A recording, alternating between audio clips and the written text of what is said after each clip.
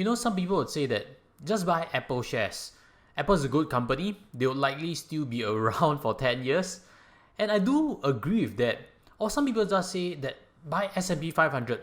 All the biggest brands are there. You can get diversified just by buying the S&P 500. I get it also. But for equities, we should always note that there are always good periods and bad periods. If you look at what has happened for S&P 500 after the dot-com crash, you realize that it has underperformed developing indexes. That is why when I selected this list to share with you today, I carefully considered what can be invested for life. In general, it should be a broad approach because things can change 10 years later. And governments, we know, they can screw up, they can make silly decisions. So ideally, we don't want to be tied to one particular stock, we don't want to be tied to one particular industry, we don't even want to be tied to one particular country.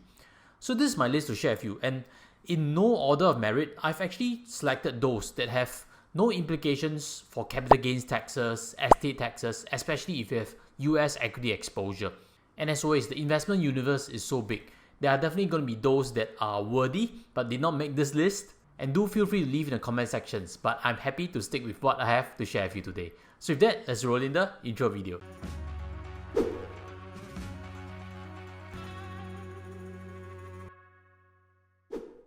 Hi guys, welcome back. Without further ado, let's start on the first name for today, which is Vanguard FTSE All World UCITS ETF. The ticker for this is VWRD. Now, Vanguard's ETFs are known for having a passive approach or indexing, and this ETF actually tracks the FTSE All World Index. The All World Index comprises of large and mid-sized companies in developed and emerging markets. So the good part about this ETF is it's listed in London and domiciled in Ireland, therefore tax issues much easier, and dividends is actually on a quarterly basis. As of this time of filming, the dividend yield is about 1.44%. The US allocation for this particular ETF is 58.6%, something which I'll highlight when I'm comparing across all the other suggestions later. And the historic 3-year return for this ETF is 14.22%. The second name on today's list is actually iShares Core MSCI World UCITS ETF with the ticker IWDA. Now, this ETF actually gives you a broad exposure to global companies within the 23 developed countries. So this ETF doesn't give you exposure to emerging markets, only the 23 developed countries. So you won't see China, you won't see India, you won't see Brazil, you also won't see Taiwan. But what I like about this fund is that the dividend is actually reinvested. So especially if you are someone younger, building towards retirement, you don't really need the dividend payout, unlike the first suggestion, which is actually Vanguard All World UCITS ETF. This is still a low-cost investing method, and there are actually 1,564 shares that you purchase with this ETF itself. Similarly, it's listed in London Exchange, and when you buy over there, there's actually two tickers, the IWDA and the SWDA. And the main difference is just the dealing currency. One is in US dollar and the other is in sterling pounds. So for simplicity, go for the IWDA one, which is US dollar based and has slightly more trading liquidity. The 3-year return for this is 13.2% per annum and US allocation is 67%. Suggestion number 3 for today is Dimensional World Equity Fund.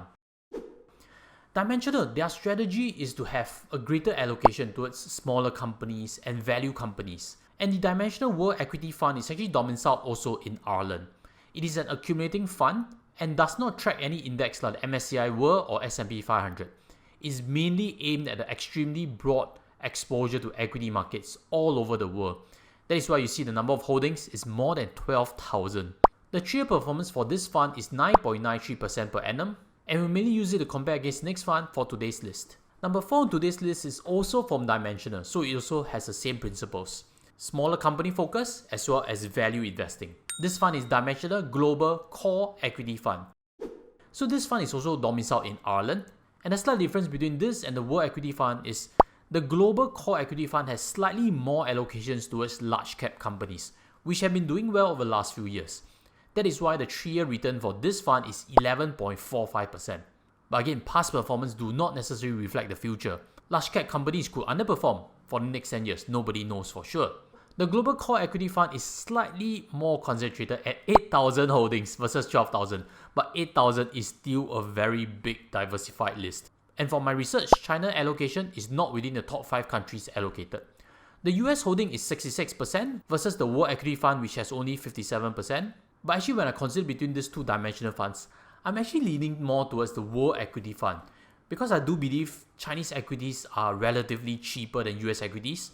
And as a third point, I do believe in smaller companies. I believe that David will one day shine against Goliath, and that's why it leads to the next fund for today's suggestion. Before we get to fund number 5, invite you to smash the like button. It's taken our team hours to prepare this presentation for you. And again, click on the subscribe, especially if you want investment ideas and retirement planning concepts. Fund number 5 is Threadneedle Global Smaller Companies. This is a unit trust fund. And I selected this fund because it is focused on global small companies, a very unique allocation. This fund has been established since 2013 and is denominated in euros. And if you see the 3-year performance, it is done 20.1%. This is a massive outperformance of 8.7% per annum for the last 3 years over the MSCI World Small Cap Index. And if you dig further on the fund fact sheet, you realize that US allocation is 53.1% and there are no Chinese allocations. All in all, this is one of the strongest performing small cap focused funds that I've found so far. I'm delighted to find it and probably add it to my watch list when I suggest it for private clients. Suggestion number 6 is actually the Goldman Sachs Global Millennials Equity Portfolio. I actually came to know about this fund pretty recently because they did some marketing drive, but I didn't know the inception for this fund was since September 2012. This fund is pretty unique. It is very heavily focused on only 46 holdings. So when we look at dimensional, they focus on 8,000 or 12,000 holdings. But this is a very concentrated approach. Therefore, outperformance can be large and underperformance can be huge also, conversely. For the last 3 years, it's done a spectacular 23.28%. This fund is fully for reinvestment and they have stipulated on the fact sheet for investors who don't need income. And what they've mentioned over there is they are thematic and they are concentrated in companies that benefit from the behavior of millennials. This is a 5-star Morningstar rated fund and allocations to US is 59%. Fund number 7 is Nikko AM Shenton Global Opportunities Fund. This fund is 4-star Morningstar rated. And if the Goldman Sachs fund that I mentioned previously was concentrated, this is even more concentrated. Only 41 holdings. But there's something interesting about this fund. Not only can it buy into stocks, it can also invest into debt with A rating and derivatives for hedging. This fund is CPFOA approved and has US allocations of 69%. The top holding for this fund is Microsoft at 6.3%, and if you're keen on Microsoft, this fund has the highest allocations from what I've discovered so far. Number 8 on today's list is a fund that I've mentioned many times on this channel. Of the 8, this is the worst performing in terms of the 3-year performance, but I still have strong conviction on it. Why so? This fund has been around for many years, and the poor performance can be attributed to Chinese allocation. This is an Asia x Japan focused fund. There is no US allocation. China and India allocation in total is 43.8%. And this fund actually pays quarterly dividends. So if you're a retiree looking for quarterly dividend income, this fund definitely fulfills it. It's diversified broadly across Asia and track record has been stellar in my opinion. This fund is none other than First Sentier Dividend Advantage. Among top holdings, you will see Tencent, which has allocations of 4%.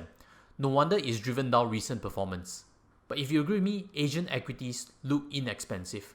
Maybe the next 10 years could be a period whereby Asian equities outperform. So as always, when we invest, we're looking ahead, not what has happened already. And therefore, I'm always very happy to allocate towards this fund in particular. First Sentier Dividend Advantage is CPFOA approved also, and the dividend yield right now is more than 3%. So hopefully from today's list of 8, you have selected something that you can use as a core investing strategy and allocate some small amounts to stocks which produce quality dividends. Have you seen this previous tutorial I've done before? These are 10 of the best stocks in Singapore that produce a quarterly dividend. With that, I'll sign off from this video. Hopefully you've learned something and see you there too. Take care and goodbye.